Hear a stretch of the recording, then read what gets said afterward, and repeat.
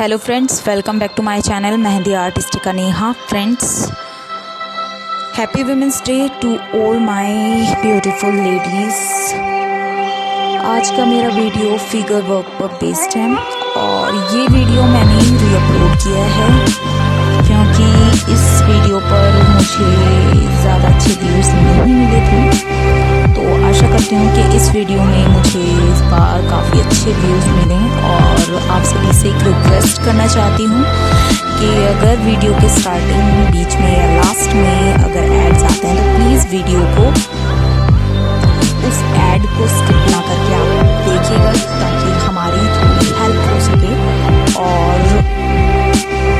अगर आपने अभी तक चैनल को सब्सक्राइब नहीं किया तो सब्सक्राइब कर लीजिए, क्योंकि अगर आप घर बैठे मेहंदी सीखना चाहते हो, basic, advance and figure, all types की जो मेहंदी है आपको मेरे चैनल के थ्रू सीखने को मिलेगा। और नोटिफिकेशन बेल को प्रेस करना ना भूलें।